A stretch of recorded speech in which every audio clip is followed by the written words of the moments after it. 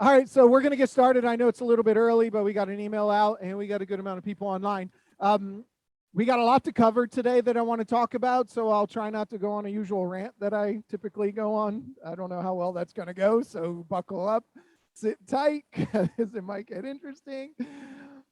So I sent out a message this morning. Who saw the email I sent out? The basic principle is, if you do what you've always done, you'll get what you've always got. So if you want life to be better, you've got to be better. If you want more, then you have to do more. If you want to be happier, joy and happiness in part comes from doing things that make you joyful and happy. So if you're not joyful and you're not happy, how about you try doing some things that make you joyful and happy? Do you think that might help?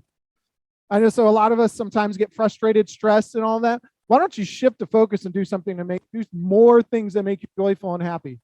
That might help. Plus also making progress towards things. But there's science behind this. This isn't just, if you do what you've always done, you get what you've always got. Hey, you do something different, it'll be better for you. It'll be awesome. There's science behind it. There is actual science that shows about neurological connections between your brain and your body, between your brain and your muscles, between your brain and your genes, your muscles, your emotions. There's actual science that proves that if you do something different, you actually create a new neurological connection between your brain and your body. It's proven. It's a scientific fact that it happens. So I'm not just telling you to do something different, you'll feel better. I'm trying to tell you to do something different because you will actually change your body. You will actually change the connections between your brain and your body, which changes your genetic makeup. And if your genetic makeup changes, then emotions start to change. You start to become something different. That's the actual process. That's what's physically happening inside of your body. When you do something new or learn something new, your brain creates a new neurological connection between the brain and the body, whether it's the emotions, whether it's the muscles, whether it's your heart, whether it's your blood flow, whether it's your stomach, whatever that is, it creates a new neurological connection. When you do something new, those neurological connections literally double. So if you only had one neurological connection where that thing was in your brain and you do something new, you double the amount of neurological connections that are there and makes it stronger. It's scientific fact. I'm just trying to go through the science of it because some of us don't believe the stuff that I say. If you do something new, do something different, you might get something different. I'm going to show you the science of it because sometimes that's what it takes for me to make sense of things. You actually double the amount of neurological connections in that part of your brain. But if you don't revisit it and you don't practice it and you don't come back to it and you don't do it again and again and again and again, those neurological connections that you created dissipate and go away. That's why you can do something, you go, man, that was awesome. That was so cool. Or I can't believe I did that. Look how much money I made. Look what we did. Look at that. I never thought I'd be able to do something like that. You never do it again. And you try to do it a year later and you're like, oh my God, it was so easy the first time. I don't know how this happened. You forgot all about it. Because the science behind it says you did not create enough neurological connections. It's called neuroplasticity.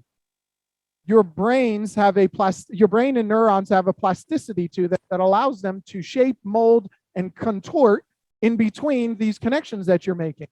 So, and when you do that, when you fire new neurons and you create new connections between your brain and your body, between your brain and your heart, between your brain and your muscles, between all of those things, when create new thoughts, your body actually starts to trigger new genes.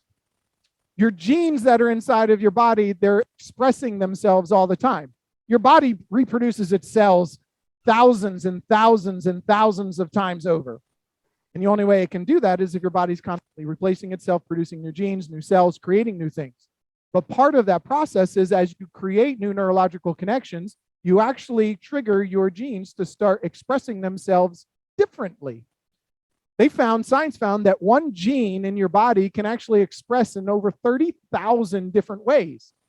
But you've been expressing it the same way over and over and over and over and over and over and over and over again as the habits that you're doing and as the emotions that you have and all the things that you do. So as you do something new, you create a new neurological connection. As you create a new neurological connection and you revisit it over and over again, you practice over and over and over again, you do it again and again and again, you actually create a stronger connection. You trigger new genes. Genes start expressing themselves differently. start creating different cells, start creating different wiring, and next thing you know, you have a different person, right? Actually, every so many years, your whole body, all of your skin cells, heart cells, all of stomach cells, muscle cells actually replace themselves. So you already are creating a new person, but are you creating new thoughts and new connections? That's my rant for today. So if you do something, let's simply said, if you want something more, you have to do something more. If you want something different, you have to do something different. If you want to be happier, you have to do something that makes you happier. So I'll keep my rant short today. Sorry, too late. My apologies. Covering a few things. So I'm going to breeze through some of these things because we covered them last week, but I want to make sure everybody's hitting on them. Floor duty. Today, I know for the Apollo Beach, the 1 o'clock floor duty has a stomach bug. So if anybody wants to sit on floor today, please reach out to Rosa. She needs a floor coverage. Also for floor duty, actually, let me jump ahead a little bit. We have corporate approval. I know I mentioned last week to merge offices. So across the company, we're going to be merging production of offices, not merging physical locations.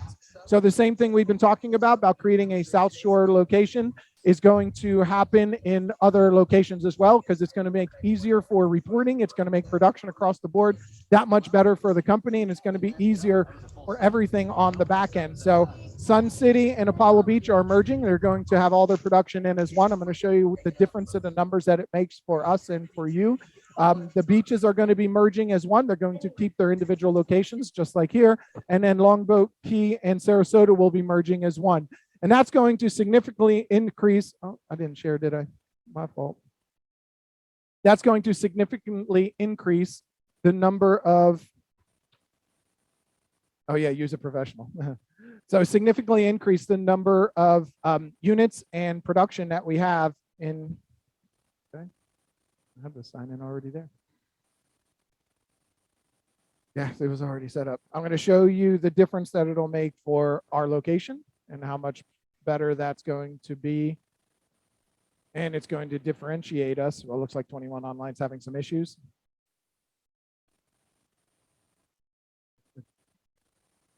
You know, you can also do this. If you ever want to see where your rankings are, you can come in here and just type in awards rankings. You type in awards rankings, it's going to give you this information here. You can see your award rankings by individual, by team, by office, or by company in the state of Florida. We have about 13 agents within our company that are in the top 100 Century 21 agents in the state. I think the top one is number 23. Mike Reichenbach was the number one.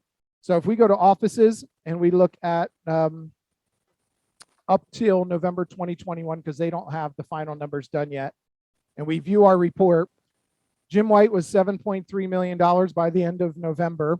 We are at 6.397 as Apollo Beach, and then we were at 1.860 for Sun City. So when you add those two together, we get a much bigger number. So we get $8 point some million. But what our final number was, combining the two offices together, $9 million. Literally $9 million, almost on the dot. It's like $9.1 million. So congratulations, you guys together as an office did $9 million in production. So even if Jim White continues on with his normal level of production for every single month, that's $600,000 a month. He'll be at 7.9 and we'll be at $9 million. So our office is now the number one office in the state of Florida, as opposed to being the number 1, 2, 3, or 4, because we've been number 1 or 2. These two locations, one of them in Inverness and one in Cape Coral down outside of the Naples area, these two increased their sales by 1.3 and $1.6 million from year over year. They had an amazing year. So, and it's going to go up. So their numbers last year, right now, the numbers as they are now are 1.3, 1.4 million up, and they still had one more month to go. So that's going to get even bigger, but that still makes us the number one office. And then when we combine, we're already the number one company in the state by far. So we have 22.8 million at the end of November. The next closest is 13. So that's where the company stands. That's where the office stands. That's one of the reasons behind merging those two numbers together, because it's going to help make a difference for reporting, for production, We're not closing any offices. There's no intent to close any offices. I just want to make that abundantly clear. There's no reason that we would ever need to do that at any point in time right now. Even if things change, the Sun City location has an amazing deal. So there's no reason to close any of the office locations. So just if you're hearing any of that, squash it, because it's not true. And the quicker that we can squash those things, the less they get spread around. Nationally, we can see as far as national goes, as far as a company, this was at the end of November. We are number 14. So as a company, we're the number 14 in the nation. Again, as of the end of November. And as an office, we are 6 points. Where'd it go? We're 6.397 right there. We're the number 51 office. So if we combine the two together, we get to 9 million right about here. So we then become the number 20 to 22 office in the country. So it's good bragging rights. Plus, it's good for your business to be able to talk about those things. Okay. With that being said, so it's more important that we have floor duty covered. So we need people to cover floor duty. We still are going to treat the individual offices for the individual locations for floor. So we're going to send out floor requests usually the last Tuesday before the first Tuesday of the month. So basically the last sales meeting before the next month. And we'll be giving everybody the opportunity to sign up for floor in the office that you're associated to for the first week. Once everybody's had an opportunity to fill floor duty in for the first week, if you want to fill in another office location, I'm okay with that.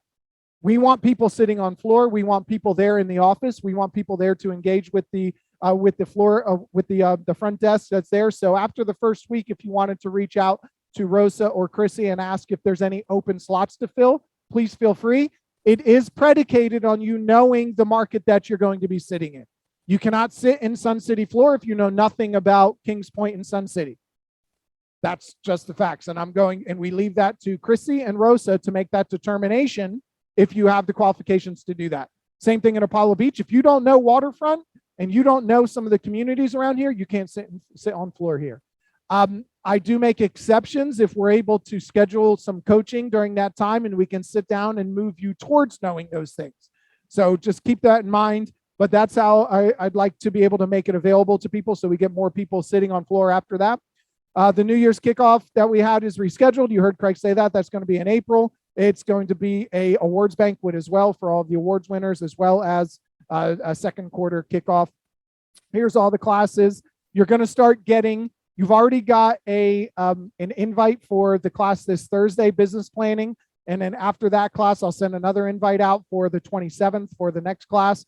February, we will send those out in the beginning of the month once we have those dates locked in. And the same thing in March. You just don't want to overload with a bunch of emails. So we're going to slowly trickle them out. The open houses. If you have open houses, send me an email. If you want me to send it out to the team, send me an email and I'll make sure that it gets put out to the team, make sure it's available.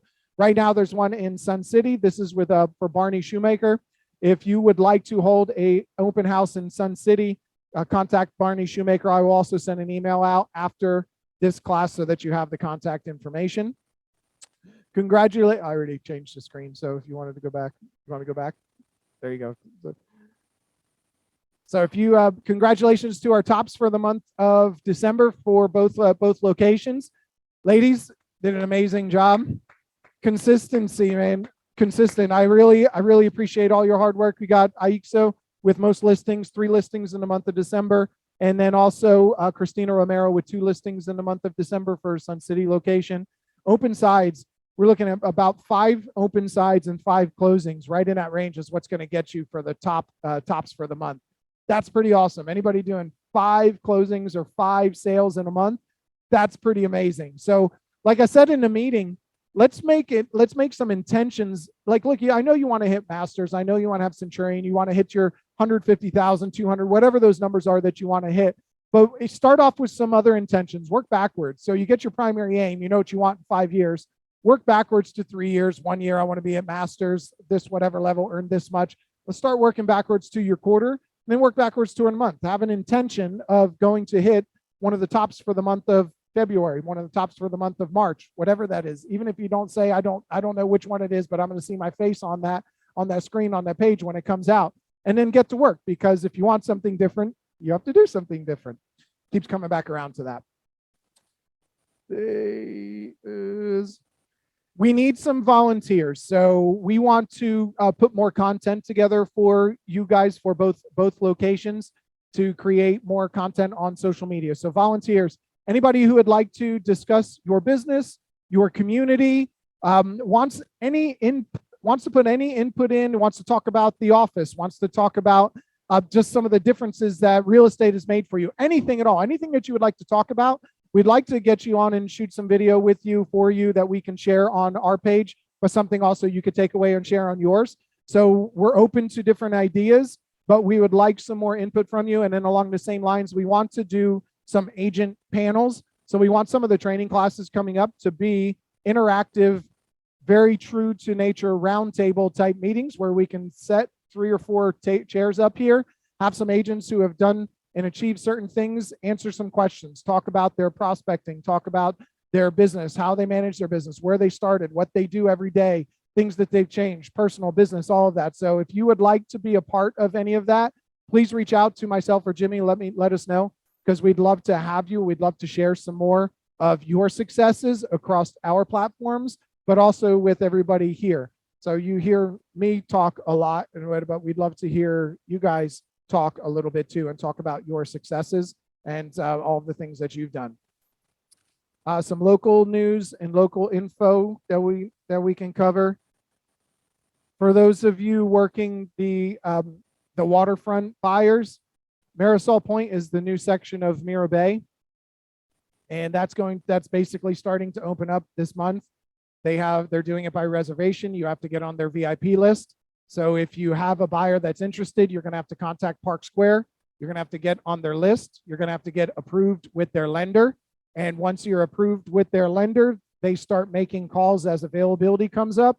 If you don't answer your phone within an hour or call them back within an hour, you get moved off the list. They go to the next. So that's what's happening here. They're starting. Let me see if I can pull up.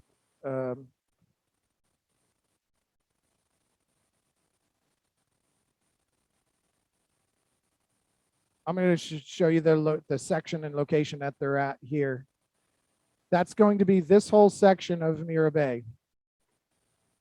There's going to be land front homes that were golf course type homes, and then waterfront canal homes all along here. And when you see this little section right here, they're starting off over here, and they're going to be selling limited amounts at a time every single month. I'll get there. So starting out a little bit at a time. Well, think about it. Park Square shot themselves in the foot. They shot themselves in both feet about a year ago, which was great for some of our clients. They sold waterfront homes for $450,000, 2,000 square foot, 2,500 square foot, 2,700 square foot waterfront homes for $400,000 to $500,000. The homeowners, some of them bought 2, 3, and 4 of them and flipped them and sold them for $700,000, $800,000, $900,000. Some of them, a non-waterfront home sold for like $700,000 or $800,000 last month. So they shot themselves in the foot, and they realized that. So they're doing a different marketing strategy, releasing small amounts at a time. The lot premiums that they're going to have on them for these lots 15 and 17 are $10,000. Lot 23, $20,000. Lot 130 is going to be $315,000. 131, that's these lots here, 310, and 132 to 135, the waterfront lots that look at basically the end of the canal, $260,000 for a waterfront lot. That is the premium on top of their floor plan pricing. So that's, yeah, this is, well, it's all the way over here, all the way at the end. So that's what it's going to be. That's what they've got. Then they're going to slowly work their way down, because if the market continues to increase, they want to continue to increase their prices. So they're not doing what they did before and just selling out and doing all that. They're going to slowly release and slowly do all that. So if you do have a buyer that's looking for brand new waterfront, there's not a lot of it left. this is where you're going to have to go to Park Square, get them registered, let them know what the stipulations are. They'll cover all that. Yes, we go send that out. Then we have, for those of you aware of La Paloma, over in the Cypress Creek area, Cypress Creek Village Boulevard down this way. La Paloma is this section over here. They're doing some new building there. Miller Homes sold some land to Mattamy, and Mattamy is going to be building a 55+ community over there. So if you have, says that they're looking at starting to release in February. So if you have any buyers looking for properties, they will have single family and they will have single family and villas. I'm going to show you where they're going to start at for size. What's that? Yeah, everything's being built. Nothing's released yet.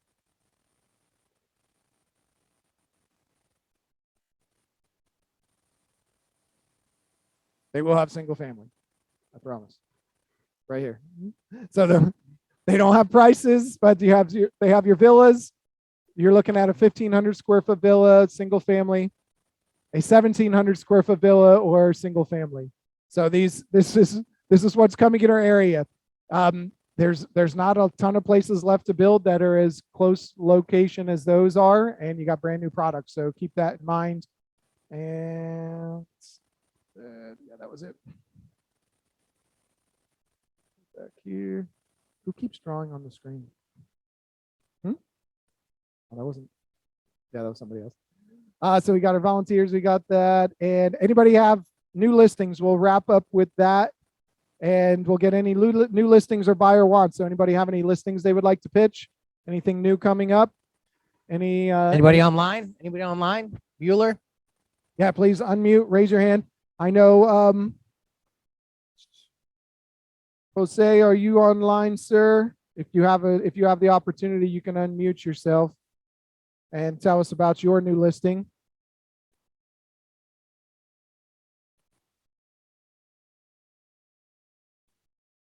I have a house with walls with a roof. Anybody? I know. I'll give a quick pitch for Jose. Jose has a listing on Grand Elm. It's a townhome, and it's going to be in the 270 range. It's built in 2019. I want to say it's 1,500 square foot or so. We were just working on that. That's going to be Jose's very first listing. He just started with us a few months ago. So great job, Jose. Got his first listing. Those papers just are getting signed today. So we've got a new listing coming there. Anybody else? Any new listings, buyer wants, needs, rentals, anything? Good. Any discussion points? Can I have some input on something that you would like to see, something that you want to discuss? The roundtable portion, anybody want to share?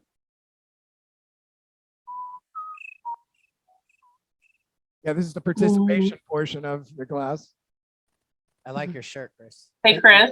Yes. Hey, this is Georgia. What you got, Georgia? Just wanted to let everybody know I have one that's going to be coming up. We had to put it on hold until the buyer or the seller got down here. But he's going to be where I have a 2-bedroom, 2-bath pool home with a water view in Sun City on Del Webb. That's going to be coming up at the end of this month on the 31st. Excellent. What's the price point going to be? $325. Good. So 325 pool home in Sun City. Do you know? I can't remember the age. Was it? That was a 1990s home, right? Or 89? 89. Yep. So that was a somewhat newer home, Sun City, Del Webb area. What you get? Darby has a buyer. So Darby, reach out to Georgia Parker. She's got to, or Georgia, reach out to Darby. She's got a buyer for that if you wanted to discuss. Anybody else? Anybody want to share? You guys are so talkative. I really appreciate all the input. You guys are awesome. Stay tuned. The Moxie is going to be coming out. That's going to be really important, and there's going to be a lot of that, Jimmy. Yeah, there's like just be prepared. So we have I mean, I guess I could say save the date, but we have one training is going to be on February 18th. So you want to make sure you get on that. And this is going to be similar to what, how it launched before with Moxie and Realogy doing the training first. And then Chris and I do have some things set up to do more hands-on and things like that for you. And I believe that one is going to be for Moxie Engage, and the Moxie websites is going to be the first week of March. So that gives everybody plenty of time to get prepared and ready to go. Tune in next Thursday, Tactical Thursday with Craig. I'm going to walk you through how to actually back up all your pipeline, all your clients from Business Builder and from Zap. Because just in case, I'm not foreseeing any issues that are going to happen, but you should always back it up anyways, just to be safe no matter what. So if you've never backed up your contacts or your clients or anything like that, we're going to go over that next week. So we're prepared when the launch happens. Good. Now, will they be doing a migration? They do a mass migration. Yeah. So over the for migration is going to actually happen there. Well, there's two sets of migrations because we're actually going away from Lead Router to something called Lead Engine. So what's going to happen is that just a better, you don't need to worry about it. No one listening needs to worry about what that's happening. It's just a more efficient, it's just, no, you're fine. You're fine. It's just a more efficient program for how our leads work in the back end. Okay. So we're going to have the migration from that. And then there will be a migration, for Moxie Engage. It's going to happen around the time that our training is going to be. But again, the idea is we're going to back it up anyways, just in case, because there's, Moxie makes it pretty easy how you can actually upload and put your contacts in if not. So any questions on that? I did want to touch briefly on the agents that we have, Laura, Jackie, though you've heard their names mentioned quite a lot with OGRs. So if you want to know how you can make an extra $1,000 or so every couple months in just mailbox money, sit down, buy them lunch, buy them a coffee, ask them to just walk and sit in their office and just preferably Starbucks. Apparently Starbucks. Just sit down and chat with them. And any of the agents that you see on the TOPS reports that you want to know what they did, how they did it, reach out, ask. I know as an agent, when I was solely just working and prospecting, anybody that wanted to sit down and chat with me, I was always happy to chat, always happy to talk to them about what I was doing, what the changes I made, what I did, how it was working, what I would have done differently. I was always happy to share. So the success leaves clues. If you want to know what it takes to do those things, don't try and reinvent the wheel. Tune in, sign up for classes, get online, talk to people that are doing it and ask them some questions and provide a little bit of value to them, even if it's in just like a 20, 30-minute Starbucks outing. And last thing before we sign off, OfferPad. OfferPad has been a pretty darn good resource for a lot of our clients. It's been a very good resource. So I want to make sure that you're taking advantage of it and not leaving anything on the table. If you have a listing coming up, it's probably a good idea to submit it to OfferPad. Why wouldn't you? Your seller's probably already looking at something like that. You probably want to submit it to OfferPad. They pay you a 3% referral fee at the time of closing. If the sale doesn't go through because, say, there's repairs, there's items, you basically just got yourself some free information. You know what the concerns and issues are. You can either address them, address the price, or go on market and list it for sale. You still have that opportunity. So it's a really good resource. We've had one that recently got offers above what we would list it for. We've seen that multiple times above what it would list it for, like multiple times, not just one or two. And people ask, how are they doing that? And I mentioned this before, so I'll just give you a brief rundown. Let's say OfferPad has one home on the market, owns 3 others or 4 others in that market. So let's say they've got 5 properties and they're making offers on 2 properties that are in that market. So they own 5. One's on the market, 4 are in the middle of being renovated. Even if you want to go lower than, if you just want to say 3 properties that they own in there, it doesn't matter what it is. If they own more than 1 property in a market or even just 1, and they're looking to buy another property or 2 properties in that same neighborhood within a half a mile of the homes they already own, why wouldn't they offer more for that property and create a new comp for 3 other sales of theirs? If they know that they are a comp, and let's just say I bought these homes for $265 to $275. I bought these 3 for $265 to $275. And we're going to say, well, we could probably list it at $275 to $285. The market's increasing. we're going up about 2% a month, which equals about 25% a year, 25% a year, which is what our yearly appreciation was. So if you go up 2% a month, you probably could list it for 5 or 6 grand more. So maybe 280, 285. That's what we would list it for, right? That's kind of general thought process if the comps are there. Let's say OfferPad comes in and says, I'll pay 295 or 300 for it. Why would they do that? Well, because they charge the seller a 5% fee, number one. So automatically that 300 drops to 285 all in net for them. But in paying 300 for that home, they created a $300,000 comp for 3 other properties that they paid 265 to 275 for. So now 3 other properties just instantly gained $25,000 in equity.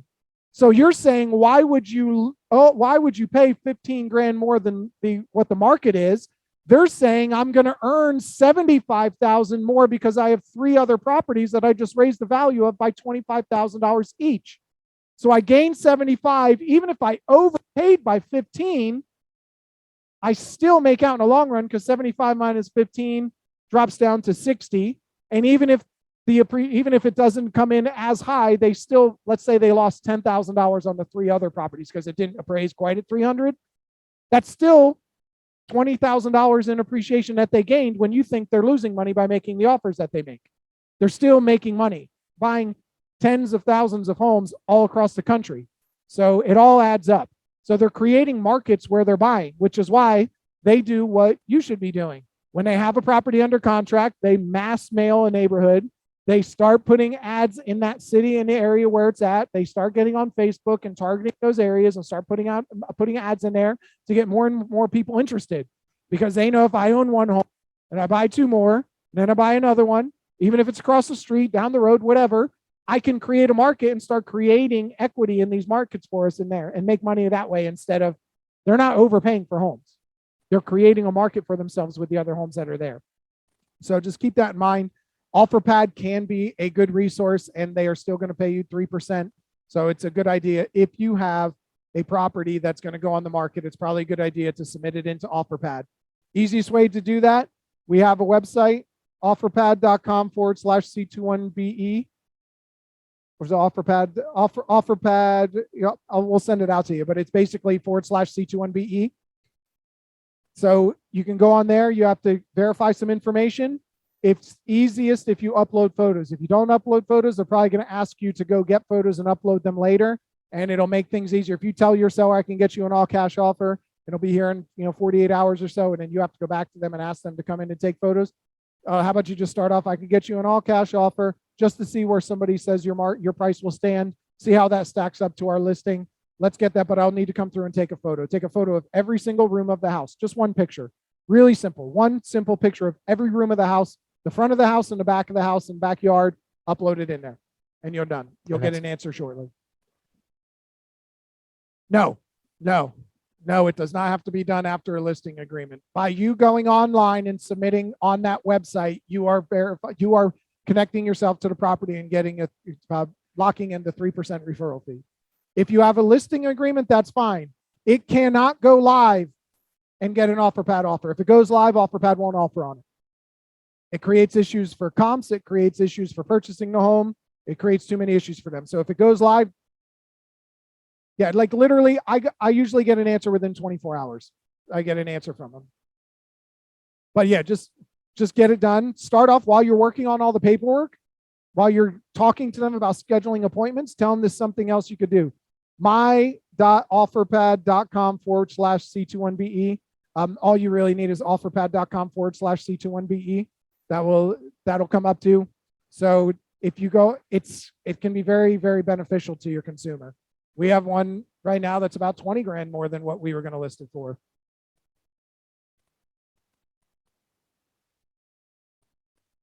You were going to list at 310. They offered 356. And they get what? So let's talk about that. What did they come back for? You give it a mic, please. Check. I had a listing in Brandon, or was going to list a home in Brandon. Submitted it to OfferPad. We were going to go on the market at 310. A lot was wrong with this house, which was already a little scary going live on the market, and you're going to have people just rip it apart. I submitted it to OfferPad. They came back at 356. And I did warn my seller, like, don't get married to that price because after they do their inspection, I'm sure it's going to go down. This is probably not typical, but they came back at 308, and you can negotiate with them. Yes. So I said, we can't take less than 310. OfferPad said, fine, we'll pay 310. So basically we got what we were going to go on the market for anyhow. Yep. Had it not had so much wrong with it, I'm sure it would have landed more like in the 330 range or Yep. whatever, Now, and typically the OfferPad offer you get, if you call the rep, talk to the rep, they'll tell you the same exact thing. Our offers typically will always consider things like paint and flooring. So as long as flooring isn't damaged, like you have like wood floors that are completely rotten, getting, they might make an adjustment there. But it's going to consider paint and flooring. We know we're going to have to do flooring of some kind, carpet or laminate or something. We know we're going to have to paint it. And we know there's probably going to have to change out some doorknobs and things like that. Like they consider that in their offer. And the sale price is still 356. So that's what I got paid on, 356. Oh yeah. So that's the other thing. Yeah. They still sell the property for 356. They get a seller credit of $48,000 on the settlement statement back to the buyer. So they do that for their comps, because if they lower it to 308 and then they go and list it for 350 after they repair it, that's not going to look good. That 30 days later, it's 50,000 more, even though they put this work into it. So they keep the price at 356. They put on the settlement statement a $48,000 credit at closing to the buyer. Now, it's a cash sale, and it's not reported in MLS. But if we do, so there's other stipulations too. You cannot put it in MLS within 30 days of the closing, right? So you can't just go and put it in MLS as sold data and get credit for it within 30 days. That will actually nullify your referral fee. They will come back and we'll have to pay them the money back. It's in the agreement. You cannot list the property for 30 days prior to getting their offer. So if it was on the market and say they miss it and they find out about it and they want to, they can come back. It nullifies the referral fee and you don't get your money anymore. They come back and ask for it back. Just keep that in mind. But yeah, that's why they do that. They'll give you a credit. Now, if somebody calls, because typically for an appraisal, the appraiser, if he knows that there was a seller credit given, they take that off the price. So they take that off the price when they do. Say a 356, if they knew there was a $48,000 credit, sometimes they'll put that in there and say there's a credit given. So it doesn't always work out in their favor, but it typically will, because it's not reported in MLS most times, and they're going to see a 356 sale. Some appraisers, if you haven't noticed, have been reaching out to listing agents for properties that you've sold in the last 30, 60 days, asking you questions about it. Did you happen to have gold toilets inside that home? I had one guy call me and ask me that. Were there gold toilets in there, gold faucets, fixtures? Did you give away a trip to Hawaii? I mean, what'd you guys do to get that price? I'm like, we let the buyer determine the price and they agreed to pay it. That's why, but they're doing some research to try and find it. Some appraisers don't like to see the prices the way they are. Yes.